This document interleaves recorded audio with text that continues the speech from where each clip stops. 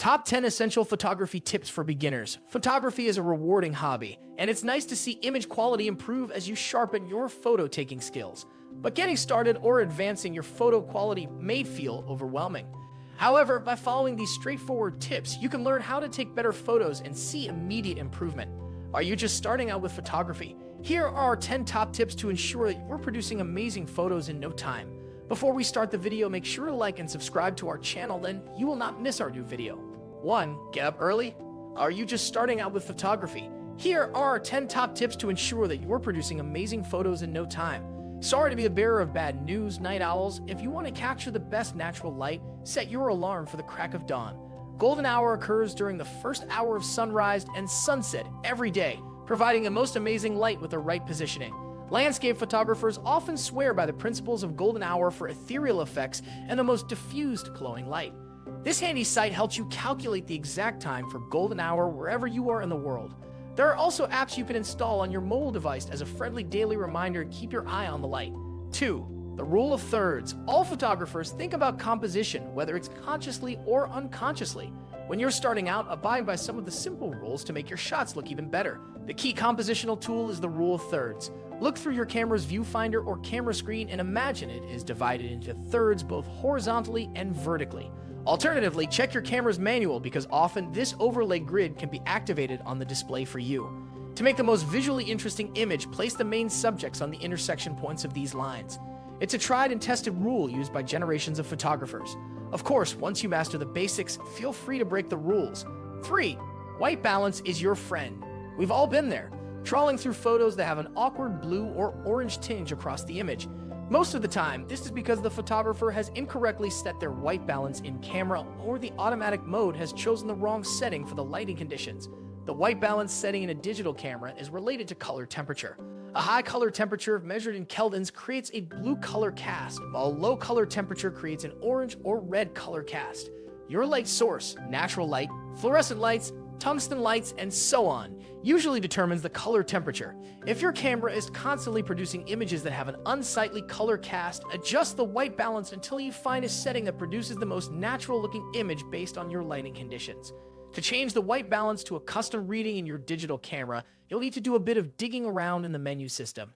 Read your manual to find the exact location of this option, and then to set the white balance, go into the room or area you'll be taking photographs in and find a white object or surface. A sheet of white paper or even a white t-shirt will do. Then let the camera take a reading.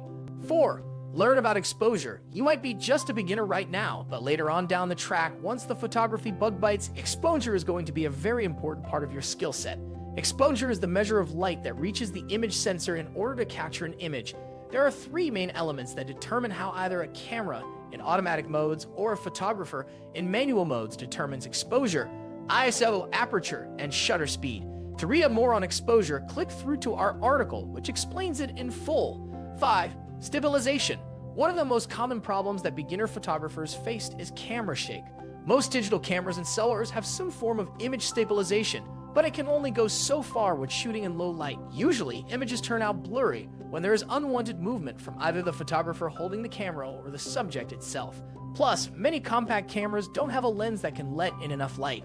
You can compensate for this in a number of ways. Using the camera's built-in flash can be fine for some low-light situations, such as quick happy snaps or portraits in dark rooms.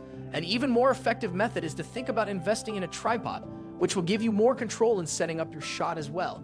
Even if you only ever use automatic settings on your camera, a tripod will help stabilize the camera as the shutter stays open for longer to gather enough light for the final photo. 6. Post-processing. Don't just let your shots languish on a hard drive somewhere.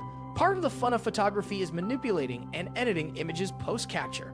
Whether that's a simple crop or a more drastic change, like turning a color image into monochrome or black and white, post-processing opens up a whole world of other possibilities. Here's how to manage your photography workflow in Adobe Lightroom, a popular image manipulation and cataloging software. 7. Exposure compensation. There's that scary word again, exposure. Never fear, because exposure compensation is something you can adjust right now without needing to know anything about exposure at all. When you are shooting in automatic mode, the camera will determine the best settings to use in order to get a correctly exposed shot, not too light and not too dark. But sometimes the camera can't see as well as the human eye, so this is where exposure compensation can come in. This setting is usually found somewhere on your camera and it looks like a +/ symbol or button. Adjusting the value to above or below the center marking will make your shot appear brighter or darker as necessary, and if you are using your camera screen to compose a photo, changing the exposure compensation value will automatically show you what the photo will look like once you press the 8 shutter button. Learn to love your mistakes. Taking the ideal photo can seem daunting at first. Every photographer at some stage in their career or hobby has taken some pretty bad shots or photos haven't turned out the way they expected. Rather than throwing in the towel when a photo doesn't look quite right, work out what went wrong and use that as a basis to keep improving. Sometimes a simple technical mistake can be very easy to fix by looking in the manual or searching online.